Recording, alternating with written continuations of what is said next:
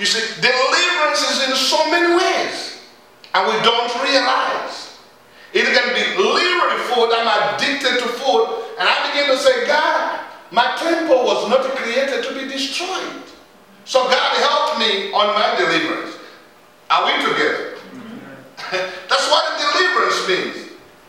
The enemy knows how to emotionally twist your mind, and they cause you to accept something, and they make you to be part of the reason for failure. So you better refuse that. The Bible says this. In Proverbs chapter 27 verse 23 verse 7. For as he thinks in his heart, so is he. The enemy knows that the way a person thinks is how a person will act. As a man thinks in his heart, so is he. So what you think, that's your action. You know, several times we wonder to say, why is this person behaving like this? If you literally check in their mind, that's the pattern of thinking. People that don't do something that they don't think. Hello? People that never do something that they don't think. When a person does something, you better know he has been thinking about it. When a person says something, you better know they've been thinking about it. When you find yourself doing something that's so dumb and stupid, that's what has been in your mind. Amen? Yeah. I don't know whether I've said this, I don't know what I've said a lot of testimony. But if you've heard it say, it's one of those testimonies. Thank you. I remember driving one time with one of the greatest known preachers. I was preaching at his church in Tennessee. And as we were driving, you know, in Tennessee during lunch hour there, people, they would cross over. And this man, I'm telling you, I didn't know when he preaches and when he doesn't preach. He just brought the volume of cuss word. He says, oh, Brother David. I said, yes, sir. He says, the real me sometimes come. I said, I see that. He said, the real me come. He says, don't you feel like that when people catch you? I said, that's a tough question. What you wanted to do is to indulge that I also cuss. When people, they cut me. I said, that's a tough question. And I thought, I want to say, no, I don't curse. I get disappointed, but I don't curse. Because what comes, the way, when people, they cut me, when I'm driving, what comes out of my mind, Jesus, where is he headed? Gosh, this man can be in trouble. This woman, whoever that person is driving there. That's what, because what is in my mind is Jesus. Now, if what is not in my mind is not Jesus, I'll say, brick, brick, brick. Oh, you'll see. I hope they give you a ticket. You know, you're wishing another person. Now, where's your Christian today? Instead of praying for that person, you're wishing them something wrong. As a child of God, we needed to wish people something that is righteous. What is binding the bound? The first thing that I said is prosperity. The second thing is stronghold.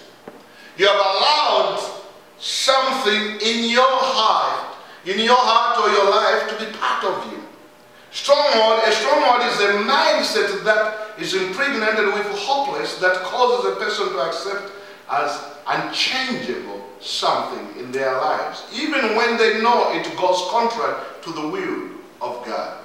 You have the stronghold. Everybody say this word, stronghold. Stronghold. A number of us, we refuse to change because this is the way how I was born. No, that's not the way how you were born. That's the way how you made yourself to be. Amen?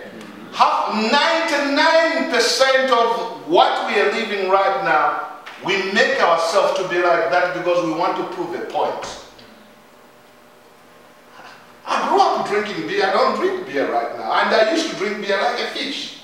And I used to love beer. You know, I used to go to a club. I said, I want that beer that is sweating from the outside.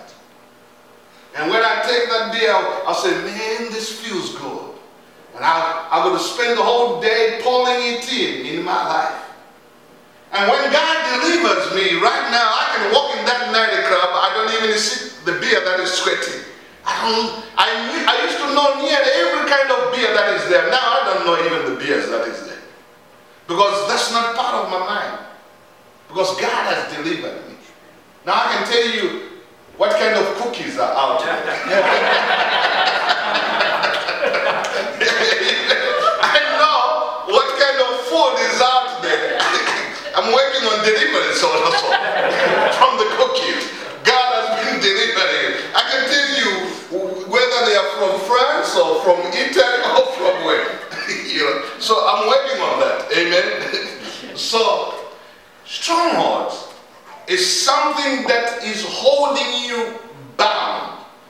It's the mindset that have impregnated. You believe in a lie. We believe in a lie. The devil, what he does, he whispers a lie on you. And when he whispers that lie, he puts you in bondage. He puts you to a point whereby you believe.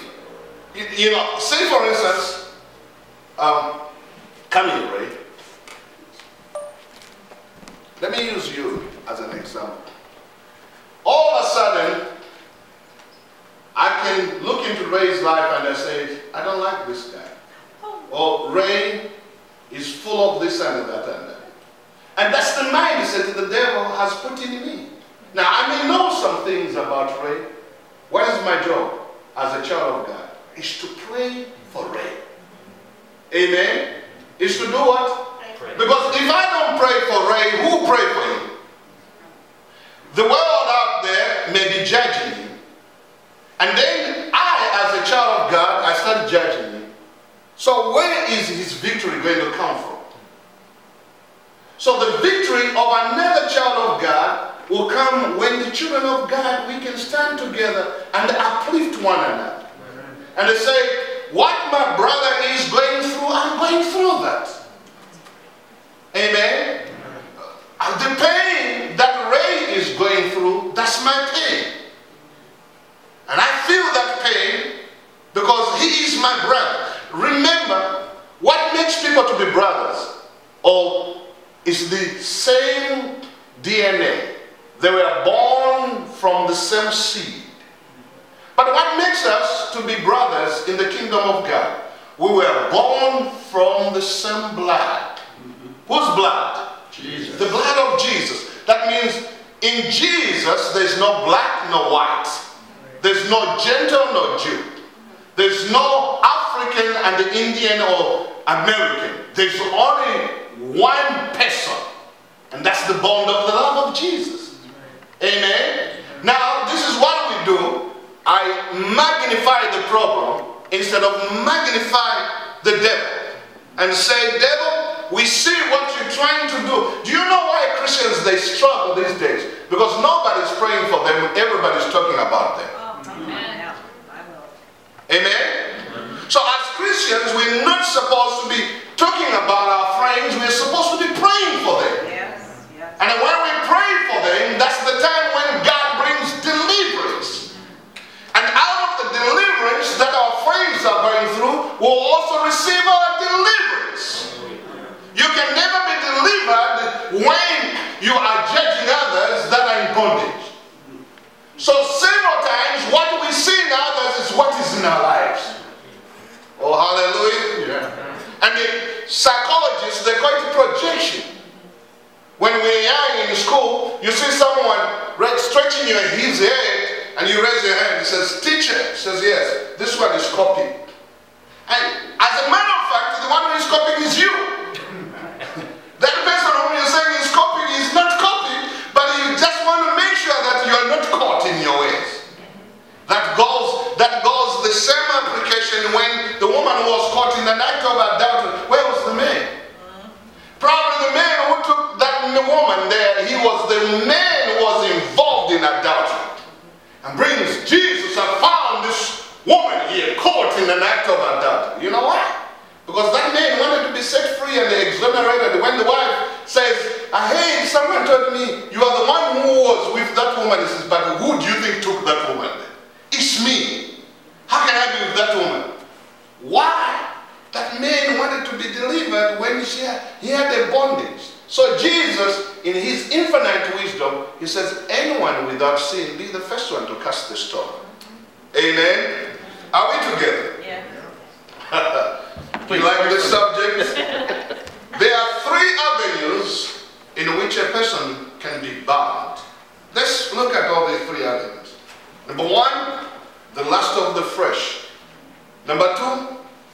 of the eye. Number 3, the pride of life. Let's say it together. Number 1 is what? Lust of the flesh. Number 2? Lust of the eyes. Number 3? Pride of life. And they're all in the Bible. They are all in the Bible. I'm not making these up. They are in the Bible. According to 1 John chapter 2 verse 16 says, for all that is in the world, the lust of the what? Flesh, and the lust of the eyes, the pride of life, is not of the Father, but of the world. Now, here is God, the lust of the flesh. The Bible tells us in 1 Peter chapter 2 verse 1, dear beloved, I beseech you as strangers and pilgrims, abstain from fleshly lust, which war against your soul. Fleshly lust. Amen. The lust of the flesh is the desire that the flesh has the contrary to the will of God. Has the contrary to the what? To the will of God. Wants to do something that is not in the will of God. And all of us, we suffer from the lust of flesh. We want to have things that doesn't belong to us without waiting for them. Why do you think there are people right now that are murdering and killing and doing everything? It's because the thief realizes the easiest way to get things is to go and steal. And doesn't realize that the person whom he's stealing from, he works sometimes 14 hours non-stop. The lust of the flesh. The lust of the flesh. Look, there are people in America that desires that their father, mother dies so that they can take everything. They are lazy. The lust of, for instance, let me give you the story of the Menendez brothers. Lowell and what was the other one? Lowell and what? In California. How many remember?